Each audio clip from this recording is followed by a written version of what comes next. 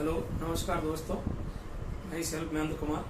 आज अपन Hindi class 10th एक अच्छा सा टॉपिक लेने जा रहे हैं जो बहुत ही महान कवि हुए थे और कृष्ण भगवान का तो सबसे अच्छे भक्त है। आंखें ना होते हुए भी उन्होंने इतनी भक्ति कर दी, इतनी उन्होंने लीलाएं रच ली जो व्यक्ति आंखें होते हुए भी उसकी ये ऐसा नहीं कर सकता। तो आप जाहिर समझ गए होंगे।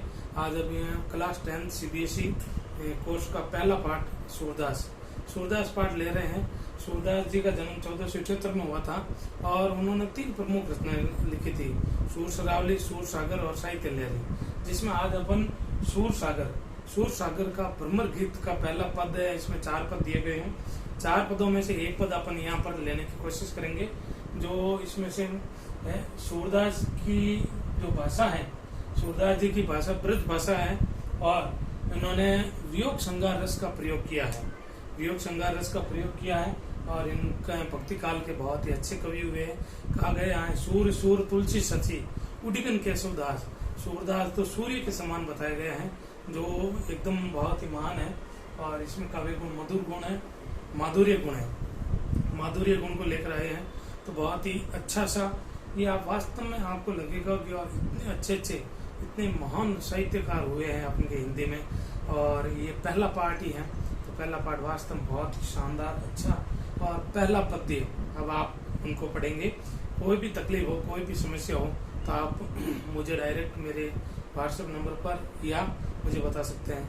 ये हमारे राजकीय मॉडल विद्यालय विद्यार्थियों के लिए है, तो उनके लिए ये पहला पद्य। उदो तुम हो अति बड़ भागी अप्रस रहत सने तगाते नाइन मन अनुरागी। पुरैनी पात रहत जल भीतर तारस दे न दागी। ज्यों जल माही तेल की गागरी बूंद न ताको लागी। प्रीति नदी में पाँव न भोरियो दृष्टि न रूप परागी। सूरदास अबला हम भोरी गुर चाटी ज्यों पागी। अब ये जैसा कि ब्रज भाषा में है, तो इसको अपन की सामान्य हिंदी भाषा में अपन लाने का प्रयास करेंगे। बहुत ही अच्छा सा है, बहुत ही बढ़िया है। तो इसको देखिए, हिंदी में अपन देख सकते हैं। उदो जो श्री कृष्ण भगवान के अच्छे मित्र हुए हैं, सखा हुए हैं और रिश्ते में उनके भाई भी लगते थे। तो गोपियां इसमें सूरदास के सूर सागर में भ्रमर गीत के माध्यम से कह रही हैं कि हे उद्धव सुनो, तुम हो अति बड़ भागी। हे उद्धव, तुम तो बहुत ही बड़े भाग्यशाली हो। भाग्यशाली कैसे हो? भाग्यशाली ऐसे हो उद्धव कि अप्रस रहत सने तगाते। अप्रस यानी अलिप्त, यानी आप बिल्कुल भी लिप्त नहीं रहे हैं। किसमें लिप्त नहीं रहे हैं? रहत सने तगाते, सने यानी प्रेम के बंधन में, तगा यानी धागा, प्रेम के धागे से बंधे हुए, प्रेम के पास रहते हुए, श्री कृष्ण भगवान की भक्ति रूपी प्रेम के पास रहते हुए भी आप उसमें नहीं लिप्त हुए, यानी अलिप्त रहे। इसलिए बड़ी भाग्यशाली हो कि कृष्ण भगवान के पास रहते ही उनके प्रेम रूपी बंधन में नहीं पड़े, ना ही मन अनुरागी और ना ही श्री कृष्ण भगवान की भक्ति में अपना मन अनुराग किया है। और अनुराग मतलब उसमें प्रेम में मग्न हुए, अर्थात श्री कृष्ण की भगवान की भक्ति में तुम उनके प्रेम में मग्न नहीं हुए हैं। पुरैनी पात रहत जल भीतर। आगे देखो, गोपियां कितनी चतुर होती है। गोपिया ने कहा पुरैनी कहते कमलिनी पात यानी पत्ते, रहत जल भीतर। पुरैनी पात रहत जल भीतर यानी कमलिनी जल के अंदर रहती हैं। कमलिनी जल के अंदर रहती हैं। जल के अंदर रहते हुए भी तारस देहन तागी। तारस यानी ता यानी उसके, रस यानी जल। यहाँ पर रस का अर्थ होता है जल। तो जल में देहन दागी। देह यानी अपना शरीर। किसका शरीर? कमलिनी का शरीर। कमलिनी पुरैनी पात यानी कमलिनी के जो शरीर है, कमलिनी के पत्ते हैं, वो पत्ते जल के अंदर रहते हुए भी जल के ऊपर रहते हैं। कमलिनी जल के अंदर रहते हुए भी उनके पत्ते, उनका शरीर पूरा जल के बाहर रहता है। सिर्फ डंठ रहता है वो जल के अंदर रहता है, बाकी पूरा शरीर जल के बाहर रहता है। इसलिए उद्धव को भी कहा गया, अरे उद्धव तुम तो कमलिनी के पत्तों के समान हो।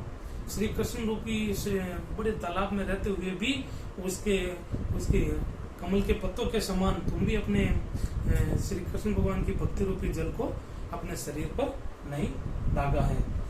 और अगला उदाहरण दिया है, ज्यों जल माही तेल की गागरी। गोपी आगे कहती हैं कि हे कृष्ण, हे उद्धव, तुम तो ज्यों जल माही तेल की गागरी, ऐसे लगता है कि जैसे तेल से लिपटा हुआ, तेल से सना हुआ एक घड़ा हो, और घड़े को जो तेल से जो चारों तरफ घड़े के ऊपर तेल लगा हुआ होता है, तो उसको पानी में डाले और बाहर निकाले तो क्या उसके ऊपर बूंद ठहरती है? नहीं ठहरती है। उसी प्रकार तुम भी ऐसे ही हो, जो जल माही तेल की गागरी, जो जल के अंदर एक तेल का घड़ा डालते हैं और बाहर निकालते हैं, उसके ऊपर बूंद न ताको लागी। बूंद यानी बूंद, न या नहीं, ताको लागी, ताको यानी उसको लगी। यहाँ ताको का अर्थ होता घड़ा। घड़े को एक बूंद भी जल की नहीं लगती है जो बाहर तेल से चुपड़ा हुआ होता है, या अंदर और बाहर तेल से सना हुआ होता है, उसको एक भी बूंद तेल की नहीं लगती है। ठीक उसी प्रकार है उद्धव, तुम भी, मुझे तो ऐसे ही लगता है कि तुम भी एक तेल से भरे हुए घड़े के समान हो, जिस पर आपके ऊपर भी श्री कृष्ण भगवान रूपी भक्ति की एक भी बूंद, जल की एक बूंद भी नहीं लगी। आगे उदाहरण दिया, प्रीति नदी में पाँव न भूरियो। वो क्या, देखो कितनी बात कह रही है, मधुर बात कह रही है कि हे उद्धव, तुमने कृष्ण भगवान रूपी प्रेम की नदी चल रही है और उसमें नदी में स्नान करना चाहिए, उसमें लिप्त हो जाना चाहिए, आनंद मग्न हो जाना चाहिए। आनंद मग्न होने की बजाय तुम उसमें अपना एक पाँव भी नहीं बोरा। पाँव तो धो लेना चाहिए। कहते हैं बहती गंगा में हाथ धो लेना चाहिए, कहावत है ना, आप सभी जानते हैं, बहती गंगा में हाथ धो लेना चाहिए, क्योंकि गंगा बह रही है, चलो हाथ धोने में, पानी पीने में क्या फर्क पड़ता है। लेकिन यहाँ तो प्रेम की गंगा, प्रेम की नदी बह रही है और उस नदी में लोग तो स्नान करने के लिए तड़प रहे हैं, वो मर रहे हैं, लेकिन आप तो अपना पैर भी नहीं डुबाए उसमें। दृष्टि न रूप परागी, परागी यानी मुग्ध होना, परागी मुग्ध होना।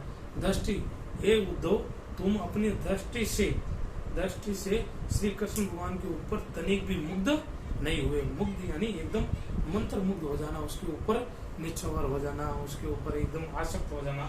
तो कृष्ण भगवान के ऊपर तुम बिल्कुल भी मुग्ध नहीं हुए हो। आगे कह रहे हैं, सूरदास गोपियों के माध्यम से कह रहे हैं कि सूरदास अबला हम भोरी।